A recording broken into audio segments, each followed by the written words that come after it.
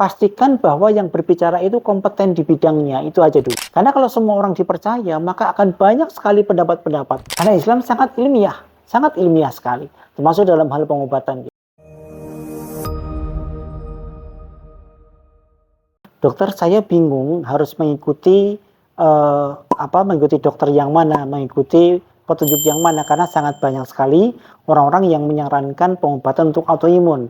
Ada menggunakan herbal, ada menggunakan teknik-teknik yang lain. Maka mana yang saya harus ikuti? Ya, jadi pemirsa sekalian, tidak kita pungkiri sekarang ini banyak sekali di media sosial ya, entah itu TikTok, entah itu YouTube, entah itu Facebook ataupun yang lain, yang mereka kemudian menyampaikan sesuatu yang mungkin bukan di bidang mereka gitu. Orang-orang awam yang tidak pernah belajar kedokteran sama sekali, dan menyampaikan pengobatan-pengobatan tertentu. Obat ini baik, obat yang satu lagi tidak baik, maka ini yang seharusnya tidak kita ikuti gitu. Jadi yang pertama mesti kita lakukan adalah pastikan bahwa yang berbicara itu kompeten di bidangnya, itu aja dulu. Jadi artinya kompeten itu yang memang dia yang belajar di sana gitu ya. Seorang dokter misalnya, seorang tabib yang memang sudah jelas belajarnya. Maka ini yang kita percaya gitu. Jangan semua orang dipercaya gitu kan.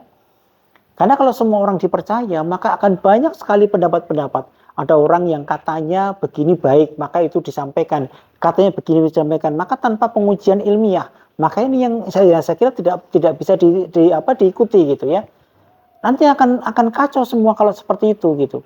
Ada orang mengatakan makan pisang menjadi baik lambungnya, itu menjadi dogma buat dia bahwa ini pasti baik. Maka semuanya disampaikan, ayo makan ini. Tidak bisa seperti itu sekalian. Harus ada sebuah penelitian, pembuktian ilmiah betul melalui riset yang sahih, yang valid betul bahwa obat tertentu itu memang baik ataupun metode tertentu itu baik gitu. Ini yang paling penting seperti itu gitu. Jadi maka ikuti yang pertama yang kompeten dulu. Kemudian yang kedua ikuti yang logis ya, yang logis itu yang bisa ditangkap dengan akal gitu. Jangan sampai mengikuti yang tidak logis, misalnya harus melakukan ritual-ritual tertentu kemudian baik, ini tidak logis.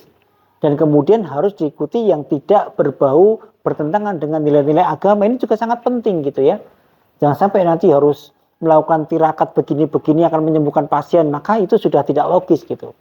Bahkan dulu Islam itu datang ke dunia ini untuk memperbaiki hal-hal seperti itu gitu kan, karena Islam sangat ilmiah sekali, termasuk dalam hal pengobatan gitu.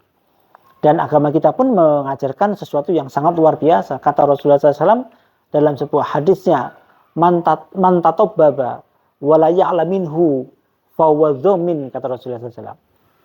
Barang siapa yang melakukan pengobatan tanpa dia tahu ilmunya, maka dia harus bertanggung jawab atas itu, kata Rasulullah SAW.